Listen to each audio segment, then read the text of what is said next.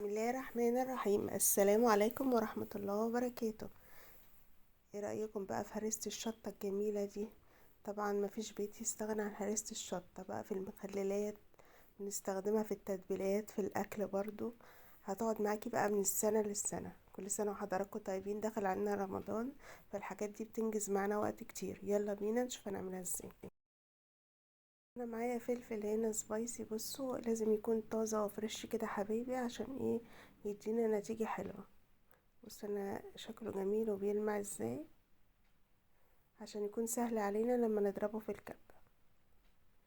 يلا بينا بقى ندخل على الطريقة. واللي ما اشتركش في القناة ما ينساش بقى يشترك ويفعل زر الجرس عشان يوصلوا مني كل جديد انا بنزله. كده قطعنا الفلفل قطع عشان يكون سهل علينا في الكبة. هنعمله بطريقة بسيطة جدا يا حبايبي، لا بقى هنضيف له توم ولا هنضيف له مية ولا اي اضافات مختلفة. انا هرسة الشطة بتقعد معايا من السنة للسنة بنفس الطريقة كده بعملها، بتبقى جميلة. هتخزنيها بقى في الفريزر، هتقعد معاكي وقت طويل. هننزل بقى في الكبة بتاعتنا كده من غير اي اضافات بهرسة الشطة.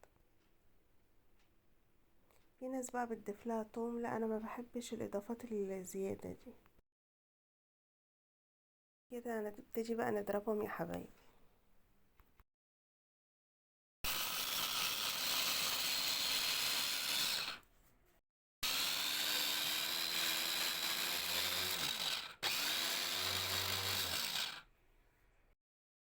بعد ما ضربنا هرسة الشطة بتاعتنا ضربتين، بصوا لسه غشنا معانا شوية. هنضيف بقية الكمية كده ايه تدريجيا.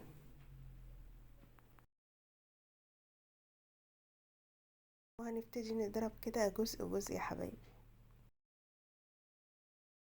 نبتدي بس ننزل اللي في الحروف كده عشان يتخلط معانا كويس جدا.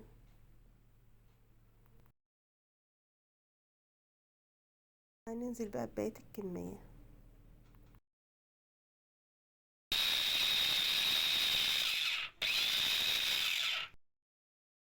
كده. بعد ما نزلنا بيه تدريجيا، بصوا ولا احتاجنا مية ولا اي حاجة. بصوا بقى قوامها في منتهى الجمال. جربوا طريقتي هتعجبكم جدا يا بنات. كده الكمية بتاعتنا فضيناها من الكبة. بصوا بقى قوامها وشكلها بجد تحفة. هتقعد بقى معاكي للسنة للسنة بنفس الطريقة بتاعتي كده، سهلة جدا ومفيهاش اي تعقيد. لو حابين بقى تعملوا زي كده تحطوها في اكياس وتبططوها عشان ما تاخدش معاكم مساحة في الفريزر، بتبقى كده جميلة قوي. حابين تحطوها ببطرمانات ازاز على الرف براحتكم. الطريقة دي هتحفظها معاكم من السنة للسنة، هتقعد معاكم وقت طويل.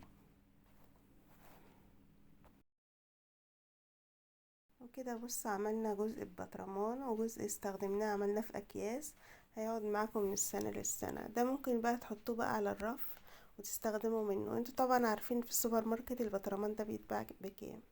لو عجبكم بقى هرسة الشطة الجميلة دي، ما تنسوش لايك وشير وسبسكرايب فضلا وليس امرا. والسلام عليكم.